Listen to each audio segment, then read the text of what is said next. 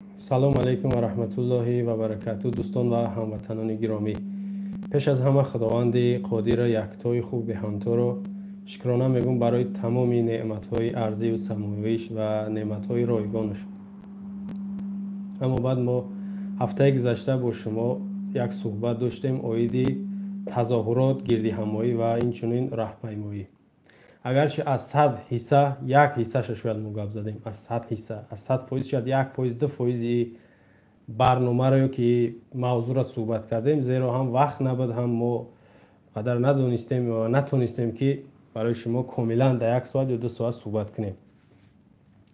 мо як 4-5 мавзӯи охирда аз ҳамватанмон шахси сиёсӣ ва иҷтимоӣ Маҳмурод Одинаев мисол овардем ва режима огоҳ кардем ва пешниҳодам кардем ки озодаш кунад.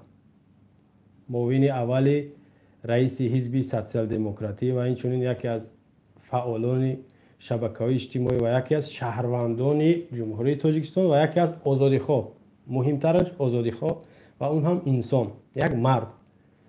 5 декабр аз тарафи режим дастгиршӣ дар шаҳри Душанбе, дар шаҳри Ҳисор ва 27 январ, яъне 3 рӯз 4 рӯз пеш, як додрас ё як прокурорак пешниҳод кард ки ба ин нафар 15 сол зиндон битен, яъне ҷазош 15 сол зиндон. аммо 29 январ аллакай 14 сол зиндон ба ин шахс, ба Маҳмурод Одинаев доданд, яъне паси панҷараш буданд ба муҳлати 14 сол. 14 соли шӯхӣ нест. ва гуфтем ки гуноҳ надошт. якм статьяш барое ки гирдиҳамоӣ ташкил мекард, мардума ба майдон ба тазоҳурот даъват кард, пешниҳод кард ки мара иҷозат битен. ин гуноҳ нест. мувофиқи сарқонун моддаи 1 боби 1 моддаи 27 ё 29 хато накунам, иҷозате дар гирдиҳамоӣ иштирок кардан ё гирдиҳамоӣ кардан, аммо иҷозатш надодан. ира як иғвоангезӣ ва як тӯҳмат дар гарданаш задан ки як ҷиноят ҳисоб кардан ва яке аз гуноҳҳои дигараш гӯё ба тарафи кормандони комиссияти ҳарбии шаҳри Ҳисора дағалона рафтор кардааст. шояд гапи сахт гуфтааст ки и аз нигоҳи банда видеош ҳаст, наворош ҳаст, и гапи бад набуд, зеро оно гуфтем ки писариро маҷбур овардан, зада овардан, ӯ хачон ҷинояткор буданд, ӯ хачон қонуншиканӣ кардан, дағалона рафтор кардан нисбати як шаҳрванди ё ки як сокини ва аъзои ин миллат ё ки шаҳрванди ҷумҳурии Тоҷикистон. хоб ба ҳар ҳол мо дар бораи гап задем. и шахсияти бигем бисёр ғайюр, далер, шуҷоъ ки ба танҳоӣ гап зад, аммо бурдан 14 сол зиндонш кардан. ман фикр мекардам 7 солиш метам, аммо ин бадбахтҳо воқеан бадбахтанд, бераҳмона нигоҳ намекунанд ки ӯ фарзанд дошт, зан дошт, ӯ зиндагию ҳаёт мехост, бурдан 14 сол зиндонш кардан паси панҷара. ман я амала маҳкум мекунам, бояд озод шавад. Маҳмурод Одинаев бояд озод шавад.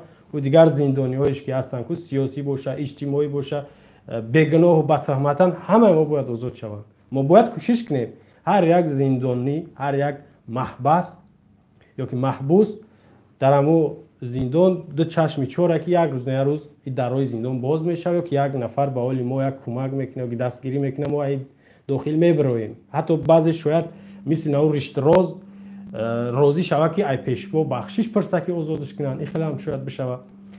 нигоҳ кунед, як мисол дигарам барои мо аллакай рӯшантар шид ки вақте чоплусо, ҳаводоро, мухлисои Раҳмонов мегӯянд биен аз наздик дар ватан гап занем, ина мисоли оддӣ ё ки мисоли нав ки бори аввал нест, шахси аввал нест ва шахси охирам нест.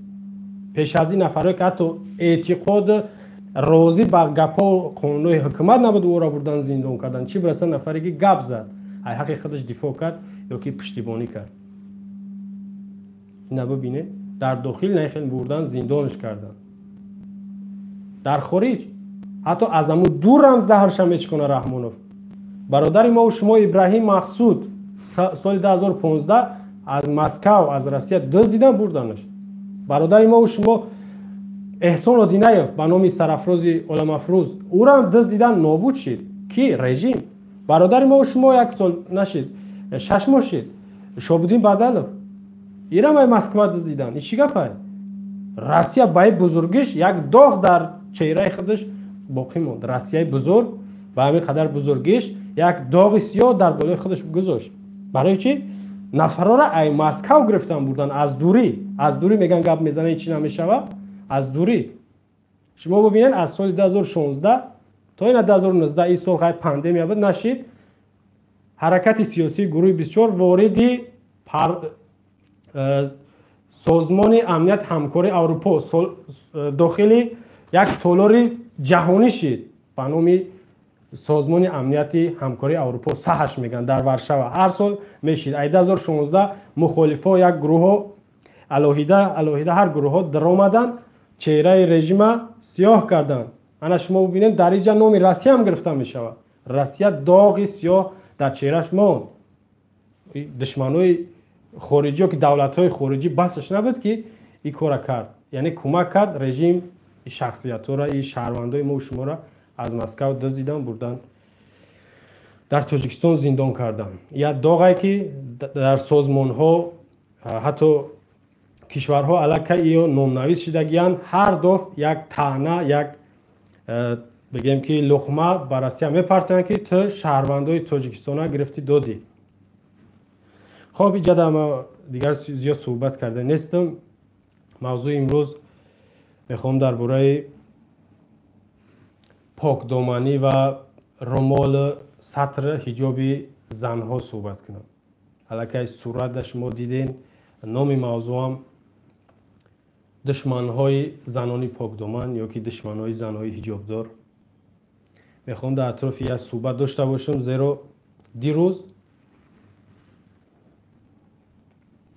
1 феврали 2020 буд, аммо 7 сол пеш 2013 як бонуи муъмина бандаи худо уммати Муҳаммади Мустафо алайҳи салом ва бонуи мазҳабӣ муҳаҷҷаба дар саҳифаи фейсбукиш пешниҳод кард. хештег мегем ҳиҷоб як рӯзи ҷаҳонӣ шавад ё ки як ҷашн барои ҳиҷоб, рӯзи иди ҳиҷоб пешниҳод кард. хештегда ба забони англисӣ ки рӯзи ҷаҳонии ҳиҷоб 2013 7 сол пеш. зан ё ки духтар ба номи Назма Хан ё ки Назмак Хан дар як расона хонум сокини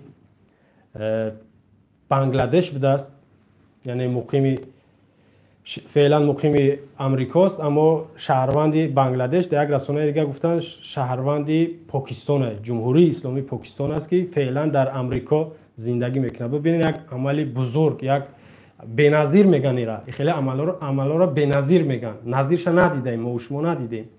пешниҳод кард дар саҳифаи фейсбукиш ки 1 феврал ҳар сол рӯзи иди ҳиҷоб, иди занони покдоман ба расмият шумо бишносениш, қабулш кунед.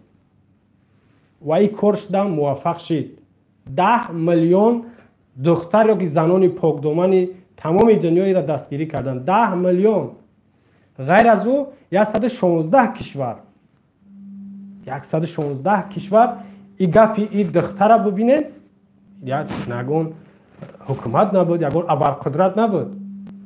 вақте худованд иззатат метаку, нияти пок меган ку, ана мияй. ин духтара гапша қабул кардан. аввалин кишвар Амрикои мо шумо, иёлоти муттаҳидаи Амрика қабулш кард. ба расмият шинохтш ки ҳар сол 1 феврал рӯзи байналмилалии ҳиҷоб ё ки рӯзи ҷаҳонии ҳиҷоб. дар инҷа ҳатто ман дар расонаҳо дидам баъзе нафаро ки мусалмон набуданд, духтарҳо ё занҳо ҳиҷоб кардан, гуфтанд мо дастгирӣ мекунем ҳамин рӯза. яъне бигзор мусалмонҳо ҳам занҳо ҳам ҳақ доранд ки як рӯз дошта бошанд. дар инҷа бо бадаг ҳамун мусалмонҳое ки ба ном мусалмонанд зид биромаданд ки мо хеле рӯза намехоҳем. духтаро, занҳо, ҳатто баъзе мардо сатр ҳиҷоб кардан ки хеле рӯз дар кор нест. ё хай душмананд, монанд ҳамин душманои мо шумо ки ба забон мехоҳанд мусулмон бошанд, ба дил аз ислом безоранд.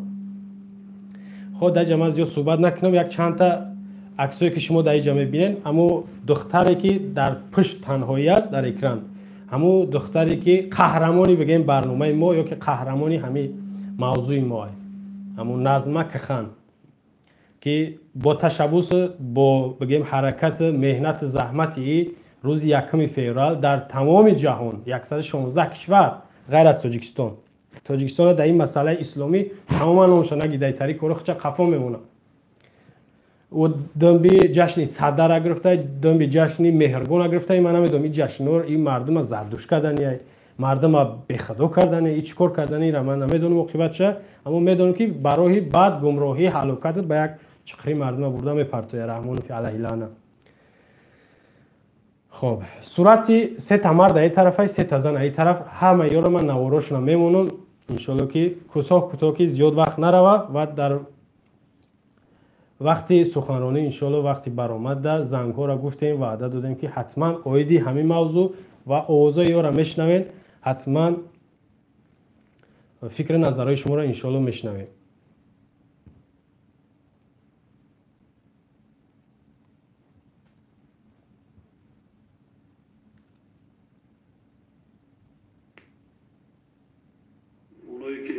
حجاب و سر میکنن پیش از همه این بیسوادی بیمعرفتی هست سوادی کافی ندارن و هم گمراه گشتگان حتی از زمان زندگی خودشان را نمیدونن چیکار میکنن حتی ستر و سیاه‌پوشی و کورکورانه تقلید نمودن با فرهنگ بیگانه نشانه با عفت بودن زنان و دختران نیست. خب این ملعون این لعنتی این بدین به خدا به ناموس دیوس دین فروش اولین بار آشکارا زهر شد 2015 هفتمی مرد یادآور میشم که 5 مرد برادر ما و شما مبارز راه حق حاجی عمرعلی قوتفره در شهر استانبول ترکیه به قتل رسوندند. 5 مرد 2015 هفتمی مرد بر اومد این همی گپایی که حاجی گفت شنویدین یک تاش اینجا 2 قسمت 2 پارچه بود اگرچه این بدبخت بعد از این گپش 10 تا ویدیو قریب ما دیدم که درباره تحقیر حقارت و پسزنی و دشمنی و نفرت به اسلام زنها را به ما و شما یا که به مردم ما و شما رساند یا که روشن کرد. شما ببینید میگه اونهایی که حجاب سر میکنن پیش همه میگه به معرفتی و به عفتی و به سوادی شونه. شما چه خیلی میفهمین را یک نفری که پیشوای ملتش میگن دانا و با سوادش میگن به سواد نخوا که تحقیر زنها را کنه با سواد نخوا که تحقیر زنها را کنه عالم دانشمند میفهمیدگی شخص یکم در تاجیکستان نخوا که اون هم با زیرتابعاش ای نگاه کنین باید این گپ نمیگفت این گپ یک شخص عادی اگر چی بگه عادی باشه باید شهروند خطوری باشه نفر که راهبره هیچ وقت به یگون به ترتیبی به یگون کاری بد ظاهر آشکارا دست نمیزنه. ما آیت قرآن را فقط سراغاش برای شما میگم سراغاش سوره مبارکه نور آیت 19 23 و 31 میتونید که مراجعت کنید اوید با سطر حجاب سوره مبارکه احزاب آیت 33 و 59 پروردگار لایزال خداوند عرش و فرش شمال جنوب شرق مغرب دوزخ بهشت یعنی خالق شای الله صراحتا برای ما و شما برای تمام مسلمان ها از زمان پیامبر زنهای پاک دامن کسایی که دعوای اسلامی میکنن فرض کرد حتمی کرد رومال یا که محکم کردن پیشی بر سر بدن زنه اینا فرض میگن اینا هیچ کس حق نداره که دیگرگون کنه حتی یا قبولش نکنه یا قبولش ندارن امروز این اوقی پدرها امروز اینا قبول ندارن چی برسه یا یگون بگیم که کمبودی در برش بیارن یگون روایتک بیارن یا قبولش ندارن ولی بعضی تا نمیفوره ما میرم میگم کافر بدین زندیق ملحده بعضی تا نمیفوره اما این را ما کافر مطلق میگم نگاه کنید در دوام سخنرانیش میگه که دیم پرچش در نشانه با عفت بودن او نیست میگه تنها سطر سیاه پوشی شما میدونید که حقارت یا که دشنام میگیم ما یک نفر ای مادرش حقارت کنن، نمی شما که تماشا میکنین، من خودم مثال نمیارم، فقط در شما یک مثال میارم که نفری که مادرت حقارت کرد، مادرت در پیش چمد یا که ای دور آوازش تد اومد نوار تد روی کردن، تو چخیل میشه؟ مادرت حقارت کرد، چخیل میشه؟ میگوی نابودش، من جنگ نمیخوام، یا که خدا بزنش همین گپ میگو، یا که تو یک جواب یا که یک صدا میکنی. اینمی حقارت اینمی ای منبر حکومت، ای منبر بلند، حقارت اینمی حقارتی منطقی میگن، یعنی که فلان میکنم نام شرمگاه نگرفت، اما به ایفت میدونین چرا میگن؟ یک زنی برهه، ما میگیم دخترای در ترس، دخترای فاحشه میگیم، اینمی گپ گفت، غیر از این چندی نوار دیگه شده با گفتگی. اینا حقارت میگن، زنهای نمالدار و حجابدار و پاک در گپی دخل داره.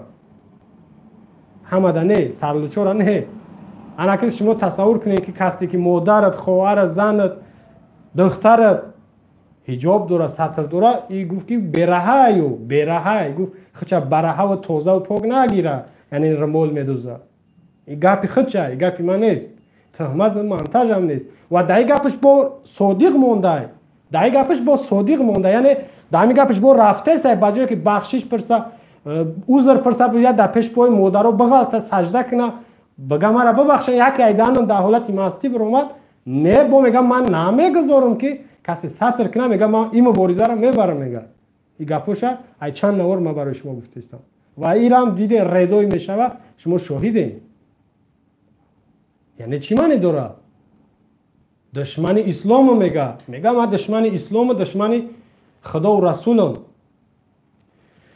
در اینجا این حق نداشت که زنها را بگه.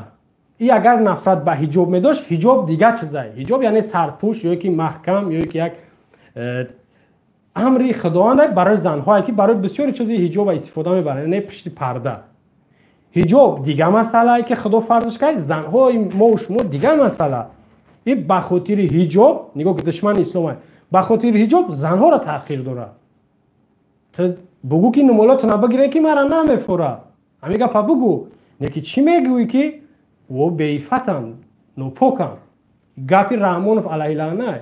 شما ببینید در جلسه‌ای که میگذرونه در اون تالارو، کاخ جامی، کاخ سامان، کاخ وحدت، کاخ بربط، تمامی دخترها باید سر لیچ پیش بر لیچ باید که همو زونهای لیچ قطعی بیان در پیشی بشینن. کسی که نمول میدوزد در پیشی نباید بیاد بشینه و کسی که نمیخواه، کسی نمیخواه در اونجا راه داده نمیشوه. اگر همو دخترها و زنها مسلمان باشن بگن وقتی تو نمیخوای که ما لیچ بییم، ما هم نمیخوایم چهره پلیدی تو را ببینیم، باید او هم در همون تالار حاضر نشود. یکم نوار بود، دیم نوار.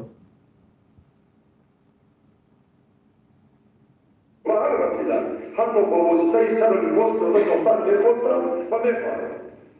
در این حالت ضرورت حفظ ارزش‌های ملی و فرهنگی لباسداری ما داشته می‌شود.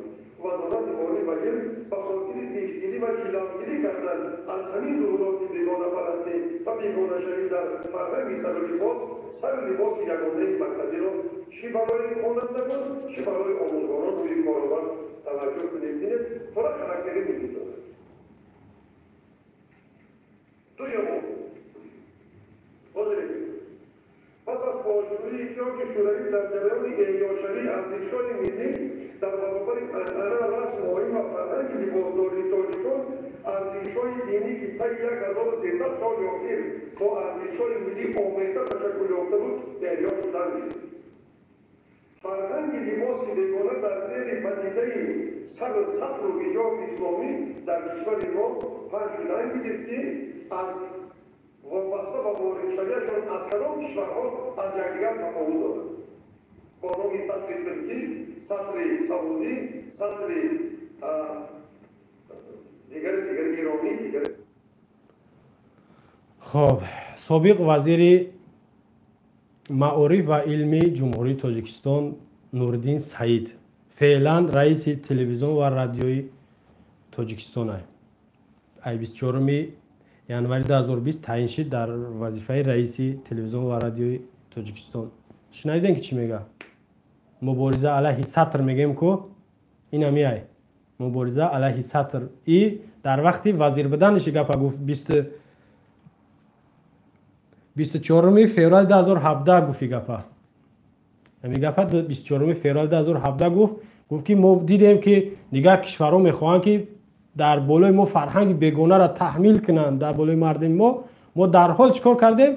در وزارت علم، وزارت معارف و علم لباس یگانه را تشکیل کردیم. یعنی که سطر نکنن نفرایی که مکتب میان دانشگاه میان لباسای تاجیکی بخرن با گفتیو با نام سطری میگه ترکی، ایرانی، افغانی وای دیگر گفته است. وزیری معرفت شناختن علم گویا که اکادمیکای گویا عالمای دانشمند با میگم که این خیلی روی راست تحقیر دشنام پسزنی نمیکنه. خیلی ندیدن که دیگر مبارزه شون چه خیلی رفت در مکتبا دروازه دا نوشتگی که به سطر بدرو با سطر ممکن است. در بلسه و ملسه خونه دیگر همه جا مبارزه شون بردن. از زبان وزیر وقتی گپ میبروید دیگر تمام وزارت های معارف چی در ولایت ها چی در شهر ناحیه ها اطاعت میکنن گپش میگیرن دیگه. او هم از بر دین ایمان و وجدان هم میگذرن. میدونید حالا که اگر نفری با ایمان باشه ایمانش مستحکم باشه با این قانون و با این گپای اطاعت نمیکنه. درست نیست. خالق چیه؟ مخلوق کیه؟ شما میرا میفهمید بین خالق و مخلوق از زمین تا آسمان فرق داره. گپی خالق چیه؟ گپی مخلوق چی گپش چی؟ گپش معنی نداره. این وزیره این گپی تاجیکی را زدن نمیتونه. شما میدونید نواراش شاهدین که ای خندر همه را میکشت گپ زدن نمیتونه. نه زبان تاجیکیش میدونه نه زبان روسیش نه زبان کوچگی و مادریش. نوار بعدی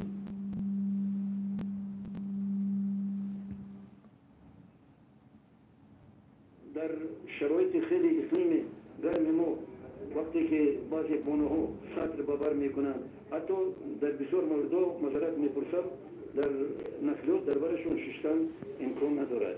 بعد این واقعا خطر دارد. هر کس با تشویش و شبه به اونها نگاه میکنند. خدا نکند در تگ صدرشون چادرشون یگان چیز پنهان شده باشه. چون که حدیثهای زیادی ما در من بانوی زیبایی که در نزد ما هست ما هراس میکنیم از اینا.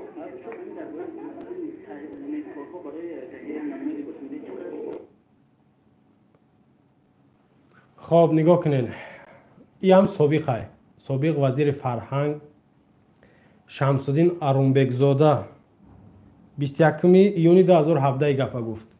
دیدین چی گفت؟ شنویدین؟ بعضی شاید این ویدیو را علاقه دیدگی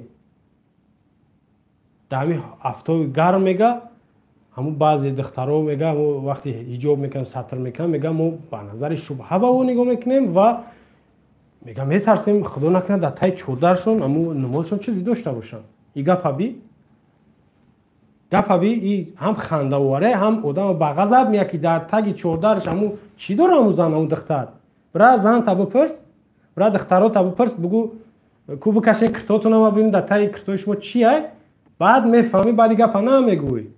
این گپ شفاف چی میگه و این گپی تمام زنها را گفته سیموناد اینا و دیگروش رحمانوف و نوردین سعید این هم خیلی همه را گفته سعید.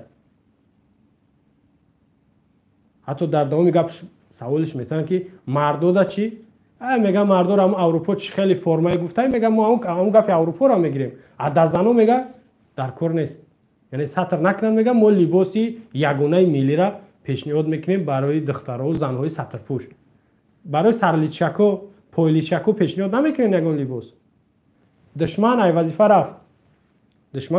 رفت اما به نفقه رفت. ایرا لعنتش بگین شمس‌الدین ارونبکزاده. نگاه کنین مادرش 3 می 2020 مرد. شاید ای کرونا ویروس مرد. مادر اینمی اخی پدر اینمی وزیر سابق وزیر مادرش مرد. اما مادرش سرلیچکا شوشتن جنازه کردن کفن کردن یا که محکمه کوی میگیم یا که رمالدارو اینمی را شما اگه فکر کنین چی گفته است؟ ما مردم باید قصدگیر باشیم. میدونین قصدگیر بگین چه خیل ما باید در جنازه یا معرکه یا اشتراک نکنیم. کو ببینین همون سرلیچکا ریشتروشکا همون بگیم فاسقا و همون فاجرا میان در جنازه همون معرکه همون میان. همون میتون میگن کورکا بون همی یگون ریشداری ساده یا که یگون همون سطرداری بیچاره میام مادرش یا که پدرش یک دعای گریه میکنه در جشن و معرکه‌شون اشتراک میکنه. شما یارا انمی ای همه در عذاب سخت به انسان چیه؟ ما یک گپ داره کوری میگن قطعی هیچ که گپ نمیزنه کو یا قطعی هیچ که گپ نمیزنه اینم عذاب سخت اینم در اینم ای قطعی شون گپ نزنه در معرکه فیرات چونه که در معرکه‌شون نره اینم خیلی بم طاقت بمبرن عذاب سخت ای شما میکوره که میتونه چی بنا میکنین شما باید جزا بتین شما را حقارت کردن تأخیر کردن و توازی را دست بردار نیستن توازی را یا مبارزشون بردستن باید یا کامیاب شوند. کامیاب یعنی چی؟ امروز نمال تگرفت پگه میگه ایزور نپوش چی با؟ در هوای گرم میگن که ایزور کسالت میکنه هوای خنک در میگن که برو پوش یعنی یک خونن شد نواری بعدی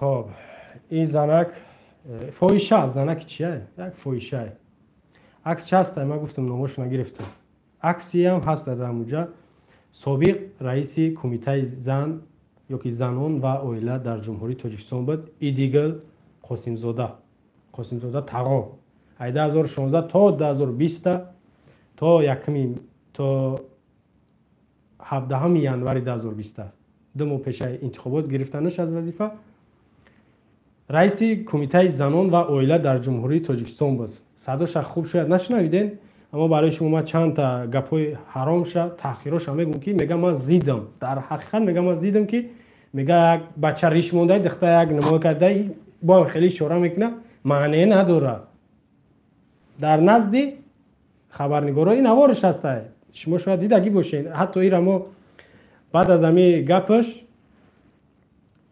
2 روز بعد حرکت سیاسی گروه 24 یک بگیم که معرکه را با شما پیشنهاد کرد به نام عفت زنان یا که دفاع عفت زنان نوارا هسته این مینوی برای گپ اینمی رئیسه خودش هم زنه میگه که یک مردم شکایت کرد که زنم سطر میکنه ببینه میگه رمالش ای طرف میکنه همه اوزخ بیماره میگه اکی گپی معنی را داره که سطر میکردگی و مانند وزیری بدبختش همش بیمارن کسلن گپ شمو معنی را داره چی معنی داره اگه با جایی که ایرا جزا میدادن خب اکی رحمان خودش سر چشمه دشمنی و بدبختی و برنامه های آوردن در پارلمان وظیفهش دادن امروز یکی وکیل ها یا که دیپتات های مردم حساب میخواهید این همی ایدیگل قاسمزاده عکسش هست در اونجا شما دیدید او 3 پیرخرش یکش امام علی یکش وزیر پیشینه فرهنگ شمس‌الدین آرومبگزاده دیگریش وزیر معارف که فعلا رئیس تلویزیون و رادیوی نوردین سعیدی را همت میشناسین. ای دیگه قاسم زاده سابق رئیس کمیته زنان و عائله و الحال دپوتات وکیل. شما الان ببین هر این میگم از دیدم هر قانونی که علیه اسلام میبره اینا تری دشمنو که در بین باشن در پارلمان یا همش میگن که بله این باید که عملی شوه قانونی شوه. این دشمنو در پارلمانن در همو بین دپوتاتای کو اونا بین همو داشتگی زن. میگم در حقیقت دیدم که هیچ معنی نداره. یک کینه ترکی را تماشا میکنین میخزین یک لباسی ببونه را ببر میکنین. میگم من مانیتور گذروندم رد گذرونده و توز را میگذرونن در کوچه و شهر رو دیده. غیر از اینکه در بیمارخانه بگیم که کارخانه و ساختارها و وزارت‌ها نمیمونن با سطر حجاب رو داخل شد با میدرن در کوچه و خیابان‌ها با رد میگذرونن که همه با پالی ای بین برن. چخیلی که رحمان گفت که قطعی سپارش میتم به طور قطعی که از بین برداشته شود. شما میفهمید گپ چی معنی داره؟ نواری بعدی یک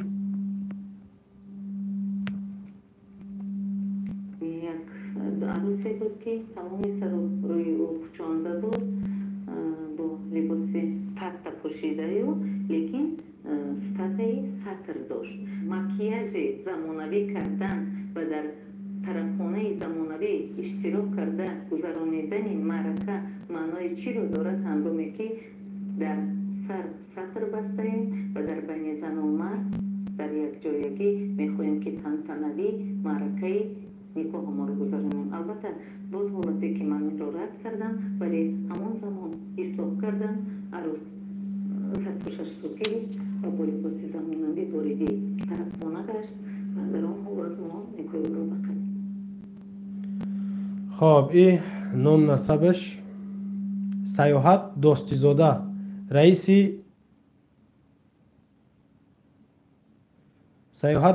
رئیس اداره ثبت نام ناحیه فردوسی. نوارش از 11 سپتامبر 2017 است. دیدین چی میگه؟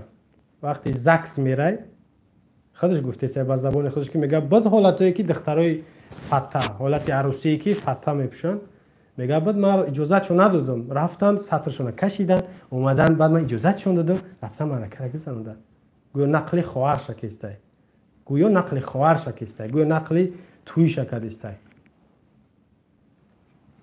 نگاه کنین نیکو یا که زکسی بگیم رسمی دولتی اجازت نمیده تو نرای پیش برتا هوی نکنی. حتی باید تأخیر هم داره. میگه که تو وقتی سطر داری چی در میره تو دو معرکه بین در میره او چی معنی داره؟ یا یک کاری کرده سن یک گپایی میگن که گویا تاجیکستان دولت اسلامی است. او رحمانوف یا که دیگر بدبختاش میگن که سطر میکنن بیراهگی میکنن. آخه دولت تاجیکستان اسلامی نیست. بیراهگی میکنه گناهش خودش میگه تو نماینده خدا در روی زمین نیستی، تو جانشین خدا نیستی، تو یگان جبرائیل نیست که وحی بری بیاری، تو دوزخ بهش در اختیاری تو نیست. گناه میکنه جواب میگه تو این قدر با سطر رو چسبیده تو گویا که اسلام دفاع داری. مانند دولت اسلامی کردستن یعنی یا سطر میکنن یا فوشگی میکنن یا ریش دارن یا ای کارا میکنن. دولت اسلامی نیست کسی ریش داره کسی رمال داره چی کار میکنه نمیکنه. اوش در نزد خدا جوابش میگه شما کیه؟ نوار آخران مسئولین کمیته دین تنظیم جشن و مراسم ها میگویند هدف از وارد کردن تغییرات در سر و لباس ضمن جشن و مراسم های خانه‌داری ارجگذاری به فرهنگ و حفظ و معرفی لباس ملی است. این معنای آن را ندارد که مثلا ما کنیم که مجبور سازیم. امروز ایده از زنهای ما خود را به زنهای ترک، زنهای ایران و افغانستان مانند میکنند. حتی نیمی عموما همین زنهای مهربان ما را حتی شناخته نمیشود. وقتی که به همون تالار وارد میگردی فکر میکنی که این توی تاجیکانه نیست. نام نسبش نگینا ریزایوا نماینده کمیته دین تنظیم عنعنه و جشن مراسم ها دیگر در تاجیکستان در یگان ناحیه ولایت نوشتگی نبودن قدر نماینده کمیته دین یعنی که شخصی کلیدی در کمیته دین سر لیچ پیشبر لیچ. ما گفتم که کدام دینه و علامت سوال برای ما کدام دین اسلام باشه اسلام به خودش قانون قاعده داره. خب دینی بگونه باشه، دینی بگونه با دین ما دخالت کردن حق نداره. اینای بیوه میگرده میگه که سطر میکنن، میگه او چی معنی داره چون با افغانو با ترکو مونان میکنن یا همش در افغانو ترکو ایرانی و عربو قپیدگیان که در تنهایی میرن قطعا موچک میکنن، بوسه میکنن همین رژیم حکومتیو، پولشون بده، کمکشون بکن، دستگیریشون بکن، نه که ای پشت خنجر میزنن، ای دور خنجر میزنن، زهر توف میکنن در بالای کشورها. این تحقیر یک کشوره. سطر حجاب مال عرب، امریکا، افریقا، افغان، ایران، ترک نیست. خداوند گفته بپوشون اختونه، زنها را گفته بپوشون اختونه. نگاه کنید در میگه کودکسی کمیته دین تنظیم عنعنه و جشن مراسم ها همین قانونی شده، قبول شده، تغییر لایحه آوردن، همین را یعنی رسما ایبین بردن، رسما قانون قبول کردن. نماینده کمیته دین میگه به خاطر میگه که بلند برداشتن فرهنگی ملی. شما ببینید چی میگه، یعنی قانونا قبول کردن که امی فرهنگی گویا بگونه ایبین برده شود و فرهنگی ملی یا نو باید چون زد، یا نو باید چون زده. شما میدونید که اسلام قریب 1500 سال شد، یا نو باید زد در 2015 علاقه 5 سال پیش، یا باید چون زد که ما تاریخ قدیمه داریم، ما فرهنگی ملی داریم، تاجیکی داریم، نو باید چون زد. نامش گفتم نگینه ریزایوا، یک نماینده کمیته دین. آوازش شنیدید، عکسش در اکران هست. و فکرم زیاد صحبت کردم، گپ زیاد درباره موضوع. شماره تلفن رو البته برادرها برای شما نوشتن، میتونین که زنگ بزنین، زنگای شما رو انشالله قبول میکنیم. فقط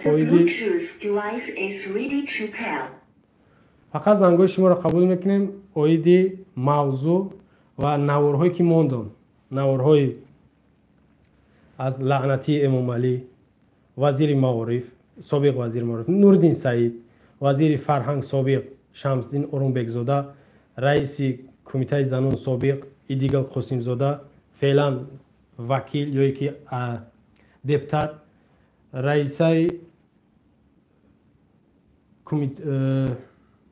اداره ثبت نام در ناحیه فیردوسی سیاحت دوستی زاده و نگینه ریزایی و نماینده کمیته دین. اویدی نوارهای یا فکر نظر شما را مرحمت میشنویم.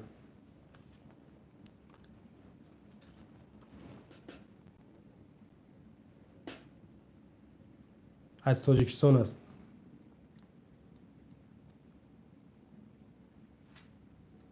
علیا علیکم السلام.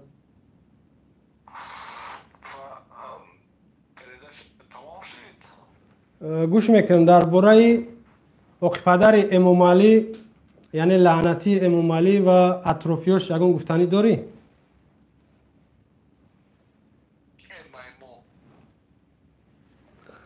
خب ایرا شاید که بعضی نشناختن، من علاکه شناختمش کیه، علاکه شناختمش برای ما از گپی سخت، از گپی شدید سر کردیم. ایشم از تاجیکستان.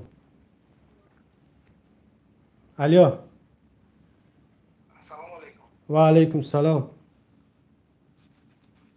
پخش مستقیم است؟ بله در پخش مستقیم درباره موضوع یگان گفتنی دارین، بفرمایید. نگه خواهش میکنم تلفن رو خاموش نکنی. اوید موضوع باشه خاموش نمیکنم، اگه موضوع بیرون شید اجازت نیست. اوید موضوع باشد همین بایلاهای ما، همین افراهای ما همش همین سطر حجاب دارن. برای چی یگان کسی که در راهش راست میره و میه باید باور کنین از برای خدا همین ما این مسئله را ندیدیم که همون را مجبور کنن که نماز تا بکشه، سطر تا بکشه. هیچ کنه میکنه مجبور نه؟ باورم کنین. رحمانوف این گپایی که ویدیو را تماشا کردی، من موندم چی گفته؟ یک چیز است که این رحمانوف یک طرف میمونیم، رحمانوف یگان طرفش نمون.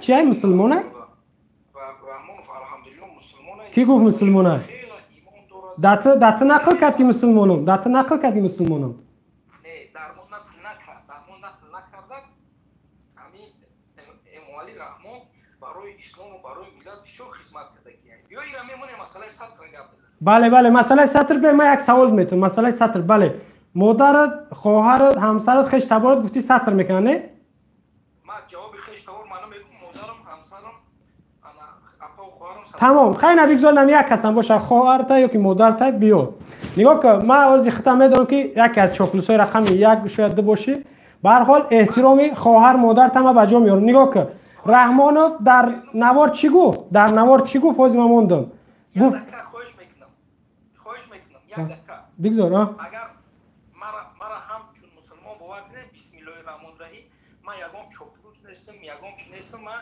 الحمدلله مسلمانم شهروند جمهوری تاجیکستانم من این ملت دوست می‌دارم من مهنت و خدمت و اموالی رحمان هیچ وقت فراموش نمی‌کنم خب بیا انا که در تمام اینا فهمیدم که چاپلوس نیستی رحمانوف دعواز این نوار من دور نرفته تو شاید که اورم دیدگی باشه پیشکی زنهای سطردار حجاب داره گفت که به عفت برهن تو در همین گپش چی گفتن این همین سوال جوابته او با استثنایی گفته که شما چیزا رو خیلی استثنا چطوری استثنا یک بار نگو این گپ 10 بار زیاد گفت من فقط یه نوار مونده دو پارچه بود یعنی ایده گپش تو در همین اینا بگذار استثنا کی را گفت به استثنا گفته تو کی را در نظر داری نه استثنا کرد گفت که مردم کلاب نگفت مردم غر نگفت کجا را گفت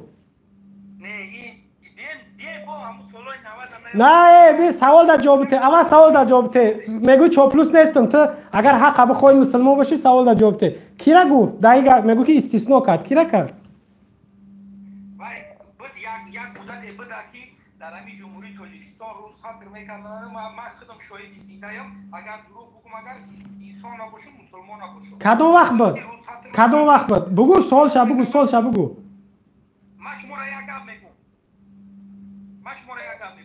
من دانشگاه عالی خوندگی معلومات عالی دارم سه معلومات عالی دارم در بین همون نمره در بین یوکادورو وزارت داخله نمره سطردارو کلان شدم خواهش میکنم که من تو آخر گوش کنید بعد گپ زنید همین سوال در جواب میتی یا نه نمره وزارت داخله نمره الکه بعد از دو نفر که با همین نمره زنگ زدی سوال در جواب میتی یا نه باین همین نمبر دو کسی که زنگ زده بولو با بولو آواز مردمش نمیجا امکان نداره که مردم از شما بتون در سوالم جواب میتی یا نه سوال جواب دادستم او بگو استثنا کیه مردم کدام دهه زنای کدام طرفه استثنا میگوی اینجا پریچم دهه همین وقتای بود که یک سه سال پیش همین دخترای به 3 سال پیش تو تخمین نزد انیخ شب بگو کدام سال همین 1-2 سال پیش تمام پیشایو نبود به اولی تو گپات خطا رفته سای پیشایو نبود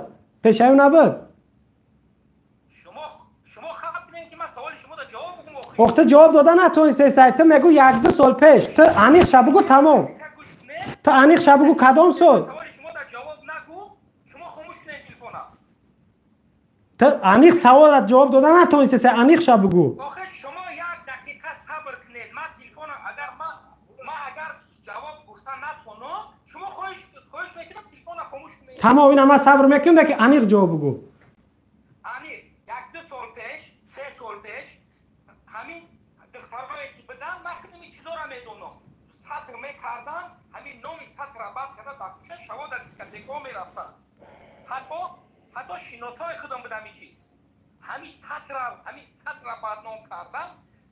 بدنام کردن انا میریش را بدنام کردن همین هستای بعضی حالتایی که حکومت جمهوری همین سطر را نظارت میکنه در شهر دوشنبه ریشه در جمهوری تاجیکستان نظارت میکنه اساس شما وارد بدن حالتای دیفلاسیایی که اوه پدر اینا دیدی ایرانکا و دمگری برامدی نوار 5 سال پیشه نوار 3 سال پیش نیست چی میگوی دروغ چی میگوی من تقریبا گفتم که 2-3-4 تقریبا نگو تو دای سوال نگریز مادری تر حقارت کرد تو چخیل میفهمی مادری تر حقارت کرد چخیل فهمیدی تو مادری من حقارت نکرد کی را حقارت کرد اون نام نگرفت او میگه که آنهایی که یا صیغه جمع استفاده بر آنهایی که سطر میکن گفت مادر تو سطر میکرده حقارتش کرد برهش گفت میفهمی شما سوالت فاهمنده شما رنگ یک ماهیه که میخواد او گفت که اونهایی که سطر میکنن برهن گفت ایفت ندارن ایفت یعنی پاکی مادر تو سطر میکرده همون گپش دمی دخل نداره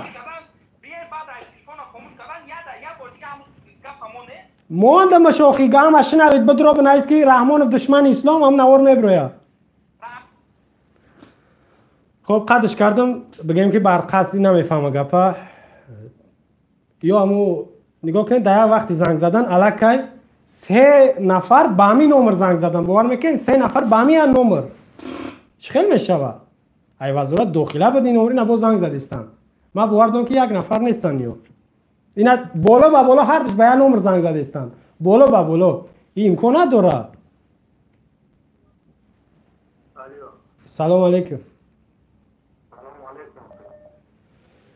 مرحمت برادر در پخش مستقیم اوید موضوع و نوارهایی که پیشکش کردیم اگه گفتنی باشی میشنویم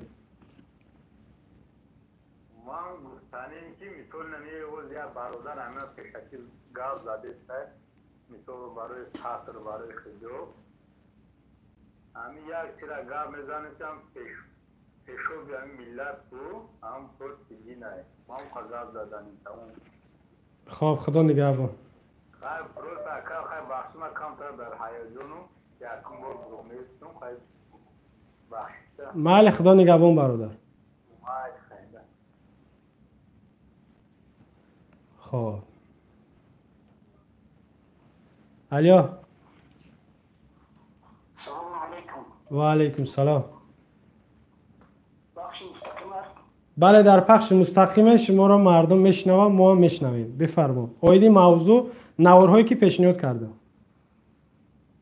تشکر زیاد برادری اهل اسلام آن چاپلوسایی که درباره سطر گاو میزنند آنها همشون از روی نادانی سخن میگویند هر چیزی که الله و رسولش فرموده است این حق ما طرفدار حجابیم و آن زنهایی که از کمیته زنان و آن مردایی که از طرف معارف بر ضد سطر و سطر سیاه میکنند و مدنیت گفته سخن میگویند مدنیت و پیشروی آیا مدنیت در گرفتن سطر است آیا مدنیت مقصد علم این در گرفتن سطر است و یا فکر میکنند یا اینکه آموزاندن فرزند و یا به همین نادانیشان خیال میکنند که مردم همه نادان است بله همه خیلی و یا امروز در چشم مردم گویند که یک خاک میپوشند خیال میکنند که این خاک در چشم مردم میرسد اما در چشم و یا نمیدونند که این خاک در چشم خودشون گشته میرسد اونایی که استعاذ بالله خداوند میگه یا ایها الذین آمنو هل ادلکم یا ایها الذین آمنو خداوند میگه که شما اهل و عائله خدا را مقصد چی نگاه دارید از آتش دوزخ وقتی که آیت قرآن ما را مقصد دعوت کرده است آیتی که حجاب خداوند امر کرده است ما چی خیلی مقصد بر ضد این امر خدا بریم این چاپلوسایی که میگه زنی من سطر میکنم مادری من سطر میکنم بناموسای این همش افسانه است برادر بناموسای بناموس بدنه که خشلو جزاش دادم خشلو جزاش ندادم 2 نفری که برومن یا را خشلو جزا دادم بله برادر حالا این که همون پیشواشان روی راست مردم مادرای ما را زنهای ما را خیست مقصد به ناموس و به آق و به عفت گفت و همون عفت و همون مقصد عدالت و همون مقصد این روز گویم پیشروی که هوایو میکنن مقصد از سطر مردم میکشن همون عدالت و همون پیشروی و همون مدنیت در همین خیل مدنیتی که هوایو پیش بودیسیان برای مقصد ما جوانان همون مدنیت هوایو در کار نیست و یا برای اون مدنیت برای زنای خودشون برای فرزندای خودشون برای مادرای خودشون نمودن برای فرزند و برای مادر و برای زنای ما در کار نیست این مدنیت و یا بله در کار نیست در مدابطر فرهنگی و میخواهند بله ما در اون فرهنگی و یا گویم که تو فندختگیم این فرهنگی گویم مسلمان نیست بله اونا فریب میکنن ما را فریب دارن دروغ میگن ما را فریب دارن چی نبینه شما فرهنگ در آموزاندنی مقصد گویم که نسل بینید شما فرهنگ در پیشرفتنی مقصد یگان آموزاندن و یگان زواد و دیگر تکنیکا بینید شما چی این فرهنگی ما را این در رقص بازی فرهنگ شما برادر فرهنگ ما را در گذراندن ایدی ساده و در گذراندن ایدی کدو در گذراندن مقصد ایدی شکر و قرطو و این در کجا در کدام پریزیدنت این جشن گرفته در تاجیکستان و در دیگر دولت ها یک پریزیدنت سینگاپور را نگاه کنید که یک زن است برآمد از برای مقصد یک زنی ساتوردار که مقصد تقلید کردن و برآمد از پشت یک زن مقصد چقدر پشتیبانی کرد پریزیدنت سینگاپور یک زن بوده است این پریزیدنت ما مقصد دخترای خودش سرلوچ زنهای خودشان سرلوچ میگردن در تماشان حاجیای به مقصد ازار و یوبکا پوشت امروز همه را میخواهند که هم خیلی یوبکا پوشن و سرلوچ گردن بعد این رحمان و زردشتیه چیه این گپی گفته این گپ در دخترای خودشان دخل داره میفهمین دختراش یادتش میگن حجاب میکنه خیلی ماشاءالله کسی که حجاب میکنن مقصد از خدا میترسد ما طرفداری ویاییم حالا اینکه خداوند وقتی که فرض کرده مرا نه اینکه پریزیدنت اولش که برای من یگان خوبی نکرد مرا پدرم اگر گوه که همین زنی تو فرزندی تو مقصد ستر نکنه من امری پدرم مقصد چی از فرمان پدرم سرکشی میکنم ولو اینکه پریزیدنت است بله طاعت خداوند بالاتر از طاعت بندش این مردم ما را گمراه کرد یه خیلی که ای ترس اطاعت میکنن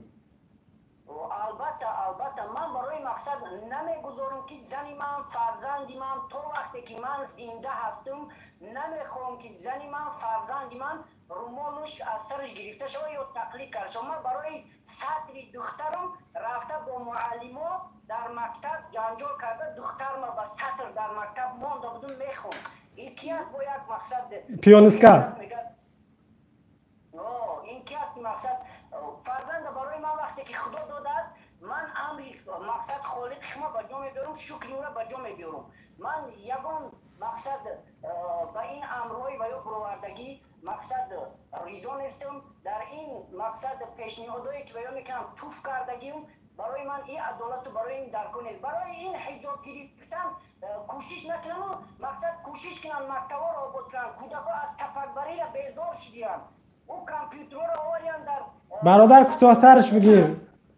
کوتاه‌ترش بگی دیگر رو هم قبول کنیم برای همین ما از تمام برادرها خواهش میکنیم که مقصد چی پدیمورده نشوم انشاءالله امر خدا از روز ما چی نشویم انقلاب است انشاءالله ما مبارزه ما وقتی که حق باشیم انشاءالله ما انقلاب به مقصد به دست میبریم ناامید نشوم جزاکالله خیرا برادر خب خداحافظ خب هموطنان گرامی من یک چیز اینجا برای شما بگم این من رسما بگم که از این طریق کانال برای شما میگم که چاپلوسا زنگ نزنین هموطنان شما میگه که زنگ یا قبول نکنید یا نابوچه نه زنگ نزنید نه که من نمیدونم او کیان نمرهشون نمیشناسم شما الو سلام و علیکم سلام برادر جان همینجور بهترین جای هم که برنامه ریزی کنه هم که دشمنو بسوزان هم که ببینن بسوزان این شو سرشوی شد یعنی که خوینو پشت خلقه این شو رو جواب میگم بله هر یکتش ایرحمون سرکردگی تو همون بودنی که دستگیریش میکنم هم که برنامه ریزی کنه فهمو شوها وقت این بدوش نیسته فهمو بهترینه یعنی روی شما بهترینه اویدی موضوع اگه صحبت داری برادر اویدی موضوع درباره سطر حجاب گفتیم که 1 فوریه روزی جهانی حجاب است غیر از اون 6 تا نواری مونده که در تاجیکستان شخصای گویا کلیدی نفرای پیشقدم علیه مردم علیه حجاب علیه مسلمان ها و اسلام خدا گپای قبیح بگیم که ناشیدنی و نمیشیدنی گفتن با فیلم تماشا کردین چی گفتنی؟ تماشا کردم نه همین در همین کانال در همین یوتیوب همین کانال دیدم چه خیلی که سطر حجاب و دیگر مملکت‌ها پیشواز میگیرن قید میکنن چه خیلی که در دولت ما قید میکنن چرا تحقیر میکنن حجابا مبنی میکنن حجابا علموار است در حقیقت علموار است. بله علموار البته. مسئله ناموس اینجا برادر اینجا مسئله ناموس میره مسئله ننگ ناموس اور میره بسیار مسئله نازک است.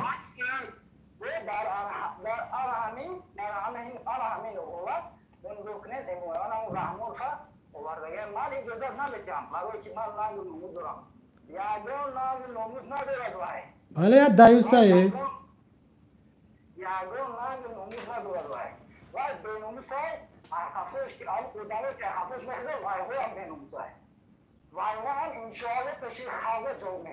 بله خدا نگهبان برادر. سلامت باشید. التماس برنامه رستون بسیار شود. بله خداحافظ. سلامت باشید. خب با میگم تکرارن که چاپلوسا زنگ نزنن. اینا من هموطنم ما گفتم زنگ نزنن. وقتی زنگ بزنن چون اشکار نمیکنن ما یک جا میدونم و بازینگر میگیرن که ما قانون نو قبول کردیم داخل تماشا کنیم و چه خیلی جزای ورا میتون نکزنشون میکنن در این شبکه که نمی خیلی آنلاینی. الو سلام علیکم. و علیکم سلام. مرحمت در پخش مستقیم. شکرانه خدا خوبه. شکرانه خدا خوبه. ما شما پرسیم در مسئله موضوع ما نوارهایی که پیشنهاد کردیم چی گفتن داری؟ اکاجون ما امیا چقدر کردیم با فکر ما می تاجیکستانی ما دولت دموکراتیه اکاجون. بله دموکرات حقوق بنیاد صاحب استقلال دنیوی آزاد از گویا. بله برای چی با پیشروی ملتی و صدر حجاب آمد میکنم مدارو را نمیمونه که مسجد رفتن نماز بخونم. ما یک جاکه درست خیلی کردیم که من 20 سال دارم که جوان 20 ساله که من دیوونه میشم که یک بودم دستاری قدره 30 سال بشینه. تو در دنیا نبودی و مگه در دنیا نبودی من هم نبودم. برای نکرد از ما در این غریبی ما که اشار دیگه سنسیم ما که وجود چوستیم دیگه شده که بهترین که برنامه ما که پیشروی کنه که انشاءالله اکاجون بومگو این کلوب اکن نزدیک که فقط پیشروی کنه که ما چی دیگر اکاجون قاید کردیم که در محله ما نام شخصا نمیکنم. نگو نام نگیرین نمره تلفن نام شخص نگیرین اینجا هیچ که مجبور نمیکنه کسی. در شهر وحدت مسجد بود خانه الله کی میگن این دکیمه نداره ما این رو میبریم این مسجد محکم میکنیم شما در اینجا نماز خوندن ممکن نیست گفتم ای مردم پلجام میکنن رئیس محله میبره در جماعت میتیه 700-800 سو یا نماز بخونن بعد یا میگم مسجد محکم میکنن کنی اکا انشاءالله بومگم این کلوب اکا نزدیک کرد. خداحافظ برادر. فهمو گپو فهمیدیم پیامات رسید. خب خداحافظ. خب این جوان بود یک پیام داد. بله انا خیلی هر یک جوانی 20 ساله 30 ساله نمیدونم چند ساله واقعا با میگم که مسئله نازکه مسئله احساسیه میفهمید وقتی که با ناموس با ننگ با اور یک نفر با شرف یک نفر دست درازی میکنی یا یک نگاه بد بکنی و خبششته نمیتونه حتما باید جواب شما ده. تکرارا میگم که چاپلوسا طرفدارای رحمانوف زنگ نزنن هیچ وقت زنگ نزنن.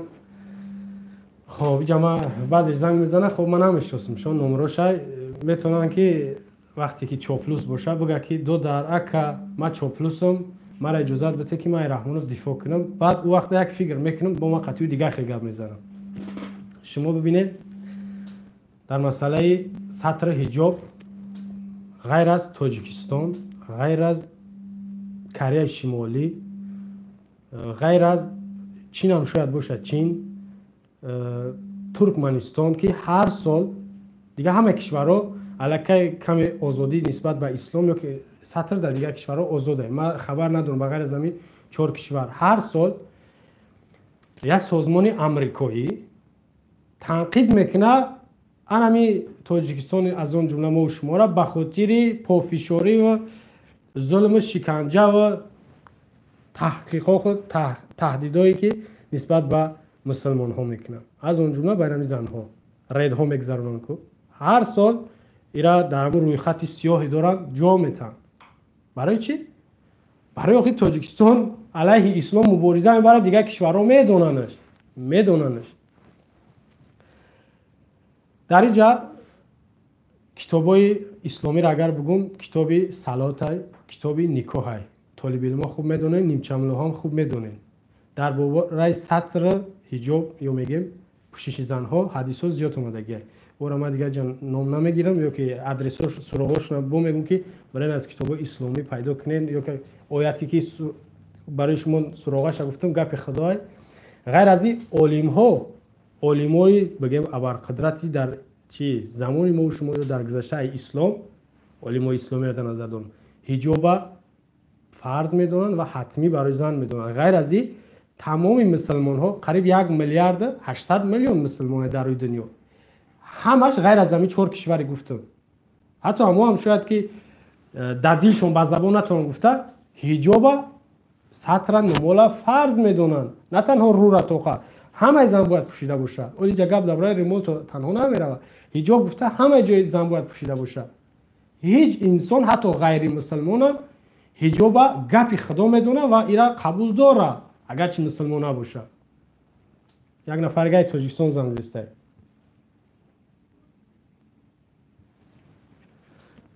سرعت چه حالش کردیه قبولش نکن همون پیشینه بود. این از زورش بیاد، بسیار زورش میاده. تمام انسان ها روی دنیا حجاب قبول دارن. هم وطنان عزیز حجاب سطر زنگ زدم می 100 بار زنگ زدم قبولش نمیکنه. سطر قبول دارن. اعتقادی هر یک انسان با گپ خدا هست اگرچه این کارش کنه یا که بگیم که در دین ما و شما نباشه. همین خداوند خالقه میفهمین ما و شما رو آفریده. چیزی را که گفته گپی او ضرر نداره. مثال همین دخترها و زنها را گفته که نمال بدوزین، نه خطونه پوشین ای زنها ای مردهای بیگانه، حتی ای زنهای بیگانه، زنهای مثلا غیر دین یا که زنهای بیره حق خطونه نگاه بدارین یا که محکم کنین با فایده ما و شما. خداوند همه ما و شما را عقل داده، همه ما و شما را آفریده. چنین همه دونه که امروز یک نفر برنامه به نام پیونسکای امامعلی تاجیکستان در عصر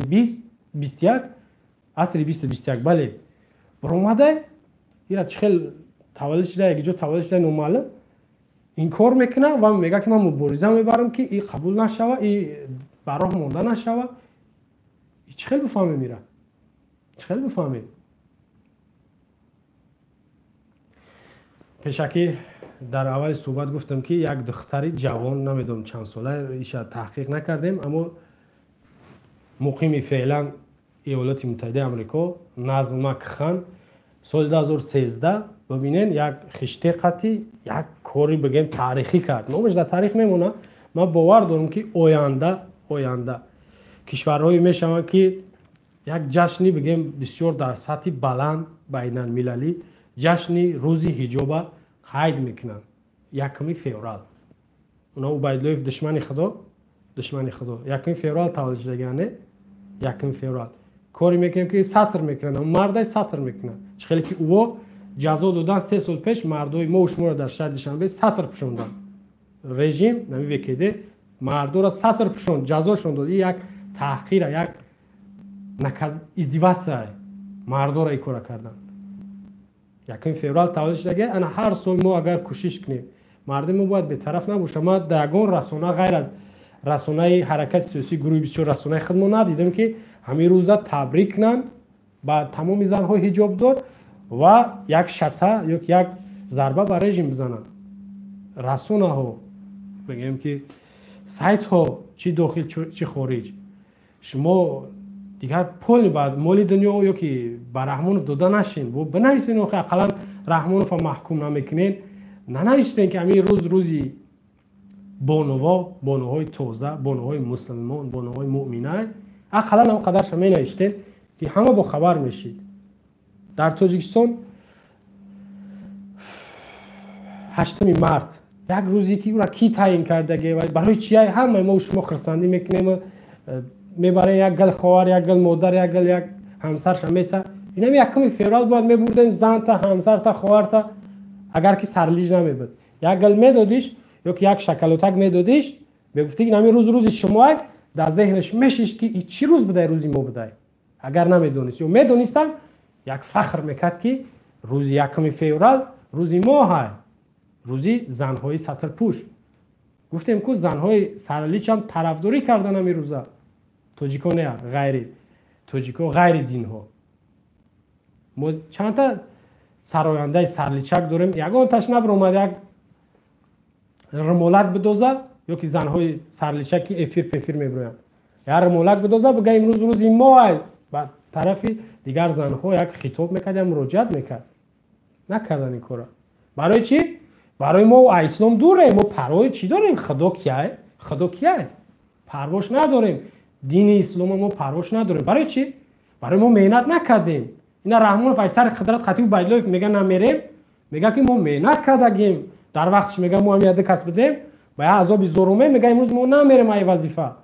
انا ما و شما که با اسلام هیچ خدمت نکردیم. با اسلام هیچ قربانی ندادیم. هیچ زحمت نکشیدیم. ما شما پروا داریم که رحمانوف تحقیر میکنه. امروز روز حجاب، امروز روز زیدی حجاب، امروز مسجد محکم کنیه، امروز زیدی مسجد های پروا نداریم. خب در اینجا زنگو که نشیش فکر میکنیم چوپلوسان قرار شیشتن زنگوی هموطنو نبود. زیادی بس صحبت نکنیم و گفتیم قرار است هر برنامه هر برآمد هر هفته